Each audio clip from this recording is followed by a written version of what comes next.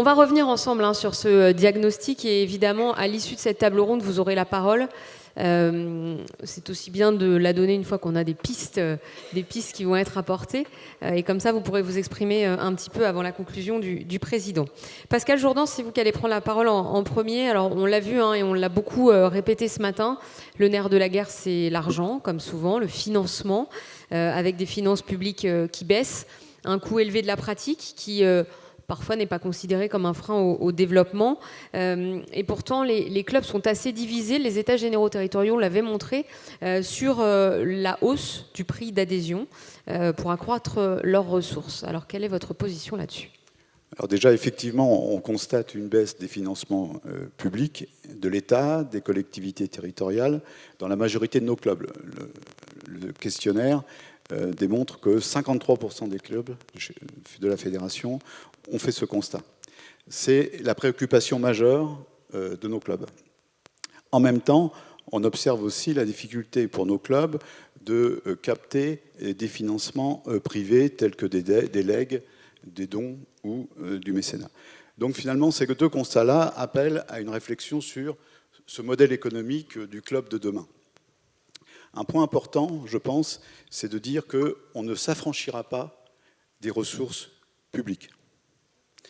Je crois que c'est important de le redire, mais il faut noter quand même une mutation de ces financements publics en commandes publiques, par l'intermédiaire d'appels à projets.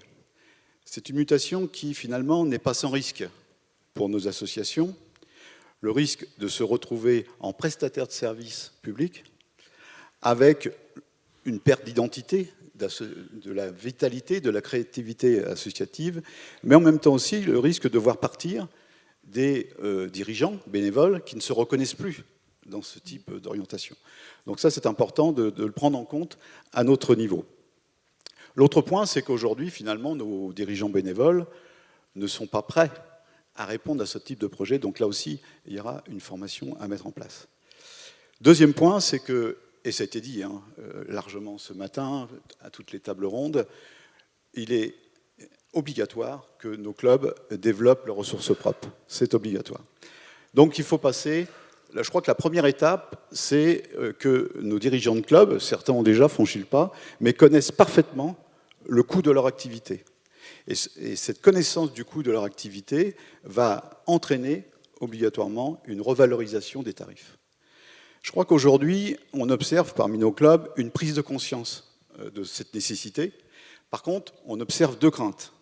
La première crainte, c'est finalement de perdre des licenciés, on l'a vu ce matin, et la deuxième crainte, c'est de perdre l'utilité sociale de l'association, et avec le risque, je le dis, que certains dirigeants ne se retrouvent plus dans ce modèle et s'en aillent.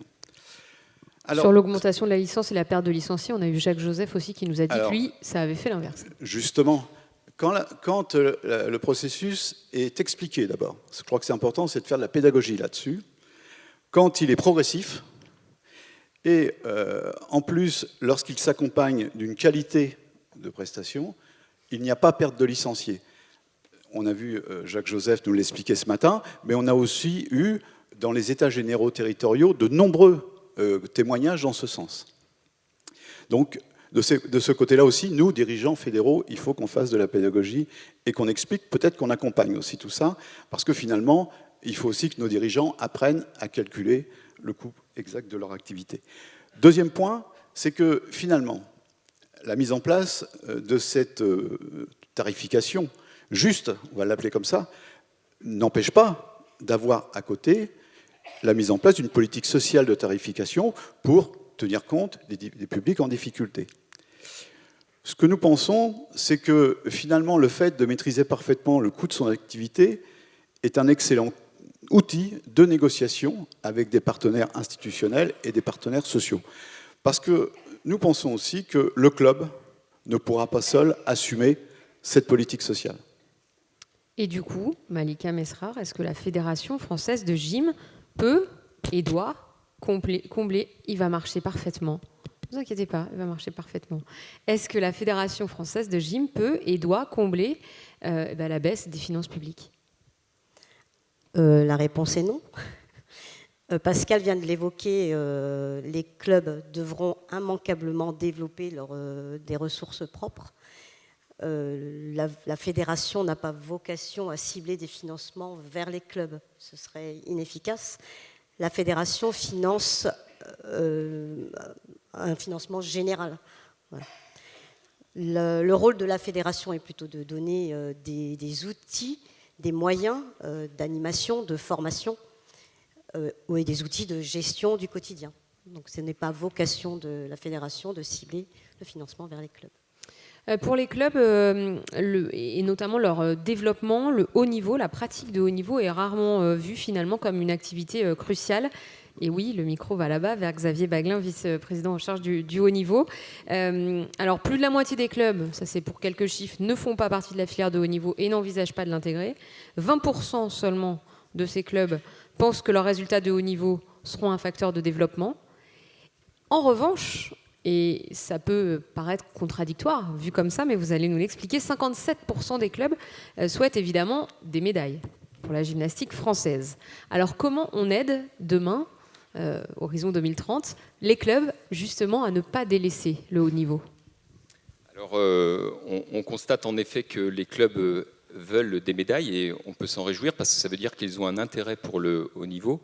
Mais cet intérêt-là, il est plutôt centré sur ce qu'on appelle la haute performance. Et donc, depuis un petit moment, on essaye de distinguer, ou du moins l'agence, la commission interministérielle nous dit la haute performance, c'est ce qui concerne l'élite, c'est ce qui concerne les résultats internationaux, c'est ce qui concerne les médaillés.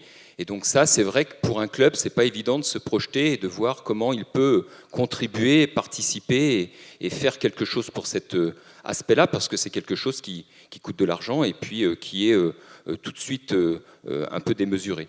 Ceci étant, dans le haut niveau, il y a toute la partie de base sur laquelle les clubs sont systématiquement concernés. Et ils doivent se sentir concernés. Pour deux raisons, parce qu'à partir du moment où le gymnaste est au club, il peut être détecté comme un potentiel, et le club n'a pas forcément les moyens de s'en occuper ou de mener plus loin ses ambitions, mais par contre, il peut l'orienter vers un autre club du département, de la région, qui lui a peut-être déjà structuré son association pour pouvoir s'occuper des sportifs ou sportives, mais il peut aussi l'orienter vers des structures pôles lorsque c'est un peu plus long. Donc il y a cette notion de détection et de formation qui semble importante, c'est-à-dire que certains clubs vont au moins détecter et orienter, d'autres vont former vers le plus haut niveau, et c'est les tâches d'accession qui s'organisent dans tous ces clubs. Alors justement, quel est le projet fédéral précisément sur ce point ? Alors, le projet fédéral, déjà depuis 2013, mais on avait lancé l'idée du club formateur, et on avait aussi lancé l'idée de la structure associée, c'est-à-dire des clubs qui pouvaient accueillir un ou plusieurs gymnastes dans leur structure pour l'accompagner sur le haut niveau, parce que selon les disciplines, c'est un petit peu différent. Mais ça a été vraiment renforcé, là, depuis 2016, avec le PPF, le parcours de performance fédérale, où dès 7 ans, le club formateur est identifié comme participant au haut niveau. Donc c'est reconnu par l'agence, reconnu par le ministère, reconnu par la fédération. Et donc ça veut dire que les clubs qui forment des gymnastes pour accéder à d'autres clubs ou à des pôles sont considérés, reconnus comme participants, contribuant au sport de haut niveau. Donc ça, c'est important. Et puis, on a créé en 2014 aussi une nouvelle compétition qui s'appelle le Top 12, dont on a entendu parler tout à l'heure. Et donc, ce Top 12 est lui aussi, au travers des centres des clubs du Top 12, qui sont des clubs plutôt structurés pour organiser le haut niveau, eh bien, ils sont eux aussi reconnus dans le PPF au niveau des pôles espoirs à partir de 11 ans. Donc globalement, on pourrait dire que les clubs sont réellement concernés tous depuis le départ, et puis certains un peu plus loin, mais en tout cas tous sont concernés dans le haut niveau, et bien entendu que la haute performance, elle se passe plutôt dans les pôles, prise en charge par la direction technique nationale, mais globalement on est structuré comme ça. Sylvain Voatek, vous êtes membre du comité directeur de la Fédération française de gym, mais vous êtes aussi un président de club avec un pôle espoir en GR, 750 licenciés. En quoi, on en a un petit peu parlé ce matin et on va y revenir, en quoi le haut niveau peut-il être malgré tout un club de développement, un axe de développement pardon, pour les clubs, notamment le vôtre? Alors tout d'abord, il faut rappeler aussi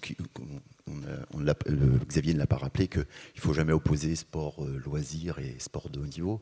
Le haut niveau, c'est coûteux, mais c'est aussi une vraie source de développement et pour le projet du club. Alors ça permet de renforcer, de développer des axes de travail pour le projet du club, ne serait-ce que par exemple sur l'image du club. Le haut niveau apporte beaucoup à l'image du club auprès des collectivités, auprès des partenaires privés. On voit souvent les élus qui sont très contents de faire venir des athlètes de haut niveau lors des réceptions. Enfin, c'est des exemples, mais aussi les entreprises qui ont besoin des athlètes de haut niveau pour leur image. Ça, c'est à ce niveau-là. C'est aussi intéressant en termes d'image auprès des licenciés, puisque ça permet aussi de fidéliser les licenciés. Et puis le haut niveau, ça fait rêver les petits-enfants. Donc, c'est important aussi, ils voient ou elles voient leur champion dans le club, et c'est très important.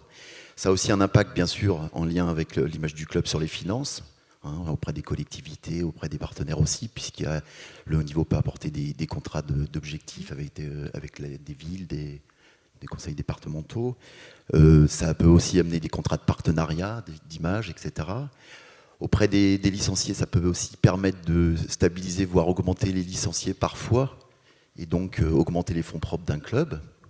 Ça peut aussi avoir un impact sur les installations sportives, qui sont parfois pas en adéquation avec le haut niveau, auquel cas les collectivités font des efforts sur l'investissement matériel, sur même la création d'autres gymnases, ça arrive aussi. Le fait d'avoir des sportifs de haut niveau dans un club, en tout cas, d'en sortir, d'en détecter, peut avoir un impact sur la construction de nouvelles salles. Ah oui, j'ai un exemple très précis avec la nouvelle formule du top 12 il y a 2 ans et demi, pour ne pas citer, mais la ville d'Orléans a carrément rénové l'ensemble du matériel de la salle et refait même l'éclairage, enfin tout un tas de travaux grâce au haut niveau.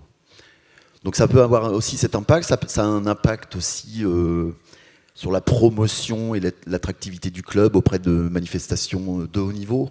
On parlait du top 12, on ne va pas reparler de ça, mais aussi sur l'accueil de manifestations de haut niveau, de stages. Je vois, par exemple, on a la chance d'être entré dans le PAFENI, là, qui est le programme d'accueil des fédérations dans le cadre de Paris 2024, des délégations éventuellement étrangères sur le haut niveau. Donc c'est aussi un impact important. Et puis enfin, ça a un impact aussi sur les ressources humaines. Ça permet de fidéliser l'encadrement avec des perspectives de haut niveau. Et puis ça motive vraiment tout l'encadrement d'un club. Marie-Sophie, on va vous donner la parole maintenant. On en a peu parlé aujourd'hui, en tout cas ce matin. Ça a été évoqué dans le diagnostic partagé par Olbia tout à l'heure, l'aspect de médiatisation. Il y a une attente de la part des clubs en termes de médiatisation de la gym. Où est-ce qu'on en est du côté de la fédération dans ce domaine ? Alors la médiatisation, on peut rebondir aussi en parlant du haut niveau. C'est vrai que le haut niveau est un tremplin, un facilitateur de médiatisation puisqu'il attire les médias. Mais alors c'est vrai qu'il y a eu en matière de médiatisation un bouleversement assez important depuis la fin des années 90 dans le monde de la télévision mais aussi dans le monde du sport, puisque le sport n'a plus du tout, à partir du début des années 2000, été traité de la même manière. À l'époque, jusqu'à la fin des années 90, la fédération bénéficiait d'un partenariat avec France Télécom, et à cette époque-là, les sponsors finançaient les images. On était aussi dans une ère où il y avait peu de chaînes de télévision. Jusqu'au milieu des années 80, il n'y en avait que 3, puis ensuite 6. Donc il n'y avait pas vraiment de concurrence. Et c'est vrai que ce sont les chaînes qui finançaient, qui produisaient et qui finançaient les images. Et puis la révolution audiovisuelle a eu lieu, et à partir des années 2000, les chaînes se sont multipliées. Et France Télécom est devenue Orange, a changé sa stratégie, a laissé tomber, entre guillemets, la gymnastique pour d'autres disciplines.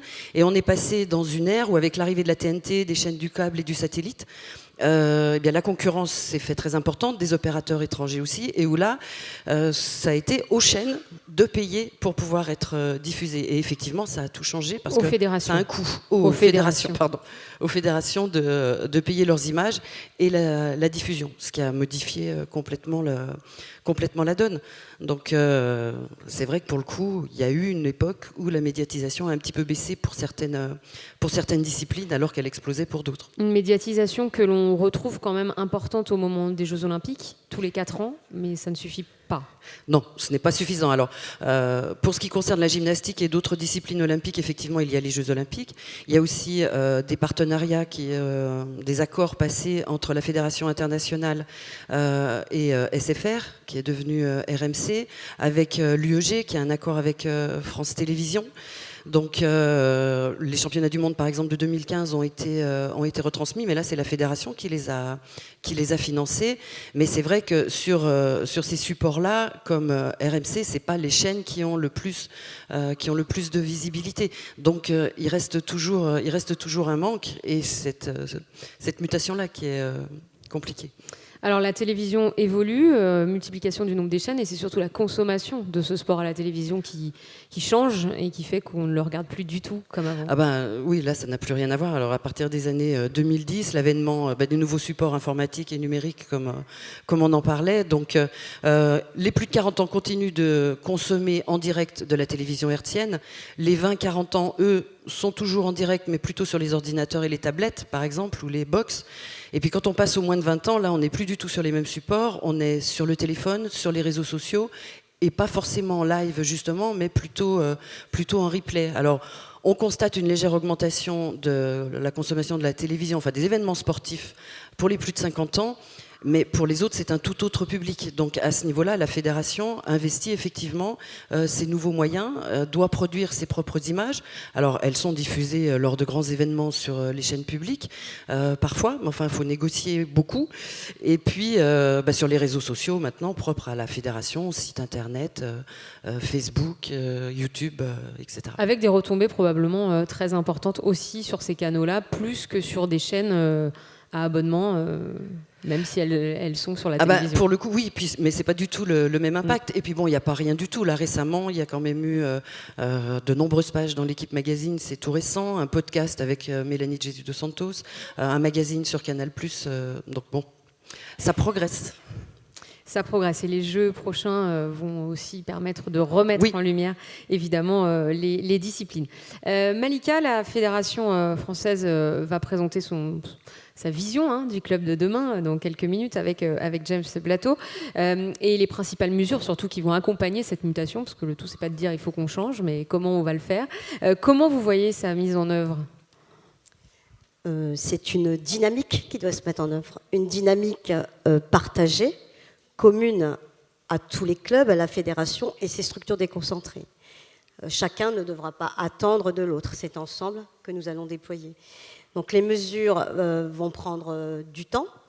On ne pourra pas tout déployer immédiatement parce que ça nécessite des moyens importants, et aussi ça nécessitera un changement culturel quelque part. Ensuite, d'autres évolutions viendront enrichir nos débats d'aujourd'hui.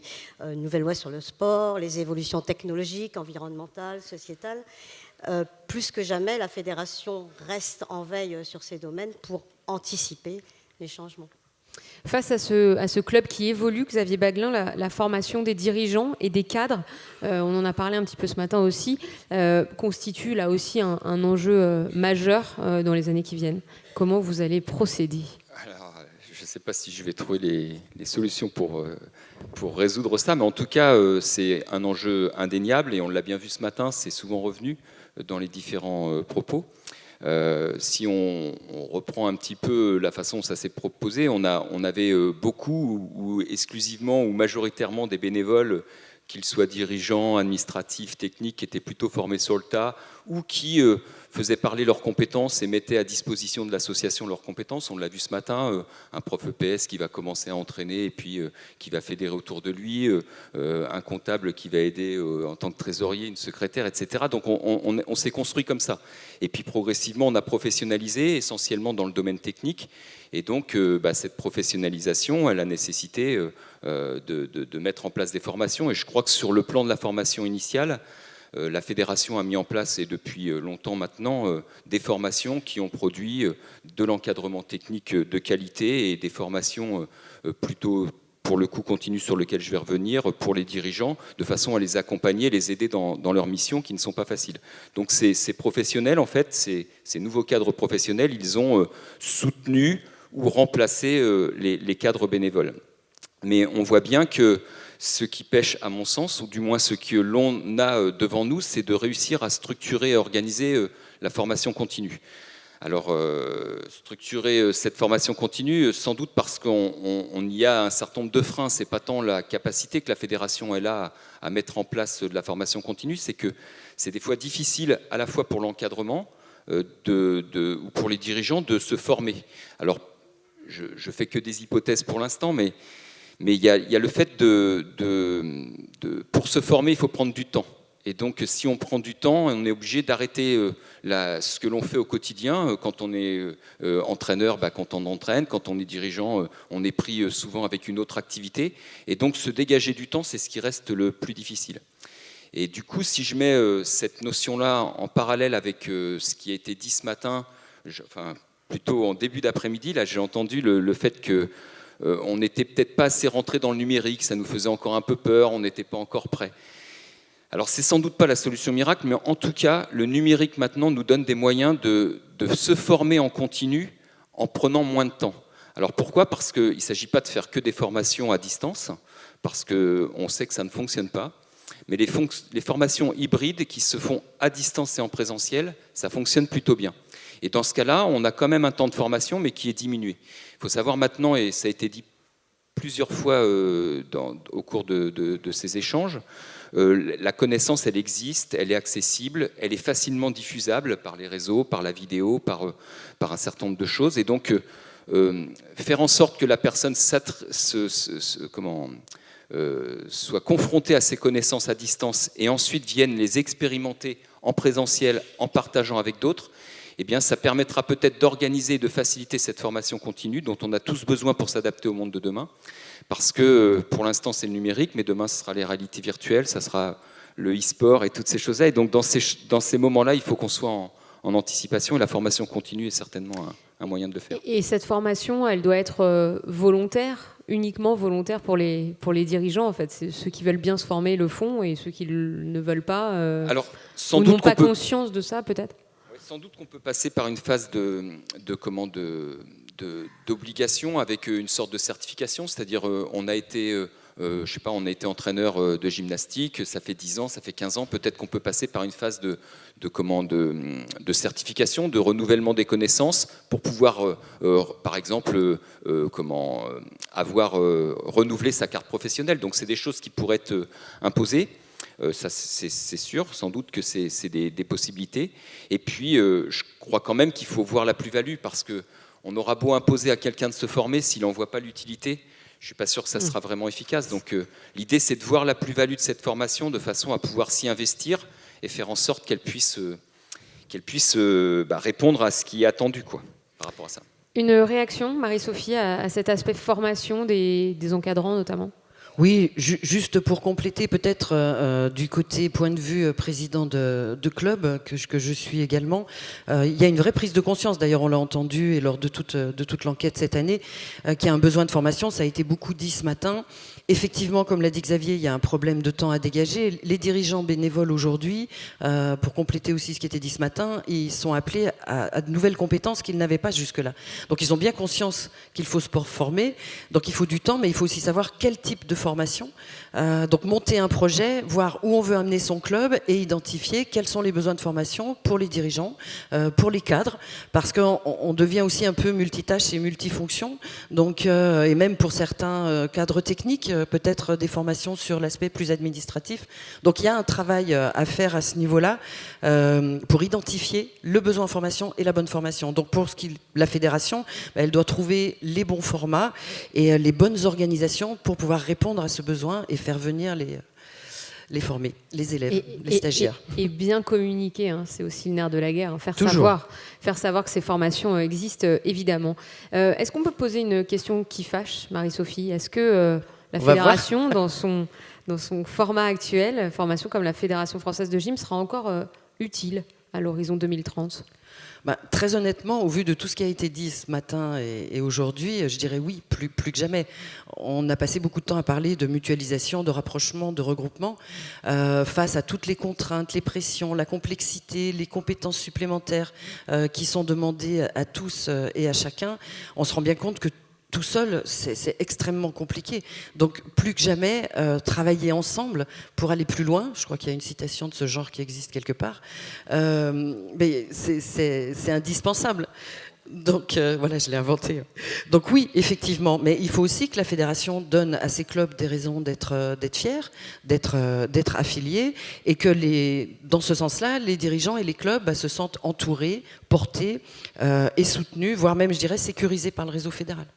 Du coup, on pense au club de demain. Est-ce que, Pascal Jordan, il faut qu'on dessine aussi la fédération de demain? C'est obligatoire. On ne peut pas parler de club de demain sans... Le club de demain induit une fédération de demain. Simplement, cette fédération de demain, bien sûr, elle va prendre en compte tout le travail qui a été produit sur ces 12 derniers mois, mais elle devra aussi prendre en compte son environnement. Actuellement, on a une loi sport et société qui est en cours d'élaboration. Elle impactera peut-être notre fédération. Nous sommes une fédération olympique, donc nous devons nous tenir au courant, prendre en compte l'évolution du contexte international. Et dans le domaine de haut niveau, ça avance très vite. Donc la prise en compte de l'environnement en dehors des clubs est important. Ce qui est important aussi, c'est que la fédération devra aussi être en capacité de mobiliser des experts, des ressources pour prendre en compte des enjeux nouveaux et complexes qui pour l'instant n'existaient pas. Je parle en particulier des technologies numériques. On en a beaucoup entendu parler dans toutes les discussions. Elle sera partout, dans tous les domaines de la fédération, dans le domaine de la gestion. Et grâce à ça, on pourra mettre à disposition des services auprès de nos licenciés, auprès de nos clubs. Dans le domaine de l'entraînement, avec les vêtements connectés, les agrès connectés. Dans le domaine de la compétition, avec le traitement de l'image. Bref, c'est nouveau. Et donc, il y aura peut-être sûrement d'autres choses. Il faut parler aussi du réchauffement climatique, qui impactera peut-être, sûrement même, nos fonctionnements, notre organisation. Bref, la fédération doit prendre en compte tous ces événements-là. Il y aura peut-être aussi à travailler autrement. Ça a été évoqué plusieurs fois ce matin, en partenariat avec de nouveaux partenaires qu'on ne connaît peut-être pas aujourd'hui. Donc aujourd'hui, oui, on construit le club de demain, mais en même temps, on va construire la fédération de demain qui, plus que jamais, doit anticiper sur l'avenir. Et je pense que c'est une des qualités attendues d'une fédération performante.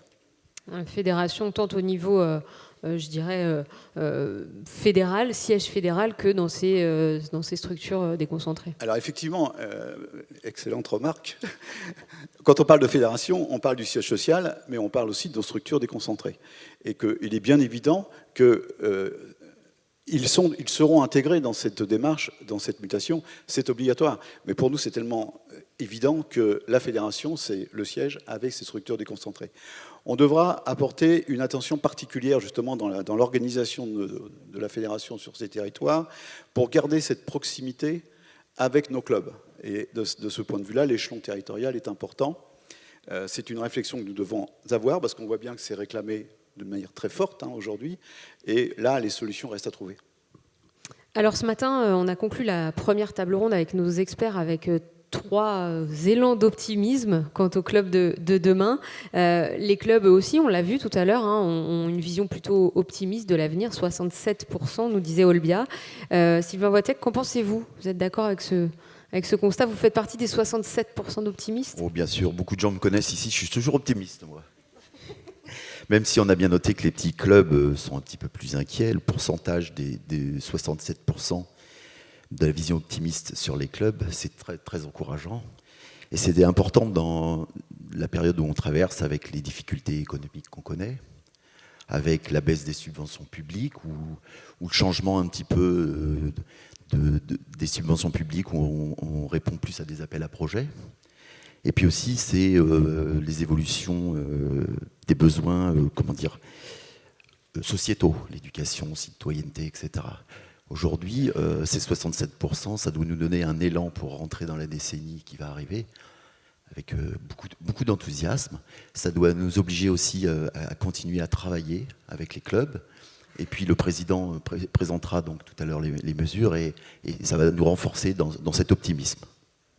L'optimisme est de mise sur cette scène depuis tout à l'heure quant à la vision du club à l'horizon 2030. Merci pour vos interventions. On va prendre des questions maintenant parce que je suis sûre qu'il y en a avec ces premières tendances, ces premières mesures du club de demain qu'on a déjà évoqué depuis ce matin. Et puis ensuite, on conclura avec le président dans quelques minutes. Allez, des questions pour vos membres du comité directeur de la Fédération française qui ont évoqué pas mal de sujets, le financement, le numérique, la formation des cadres.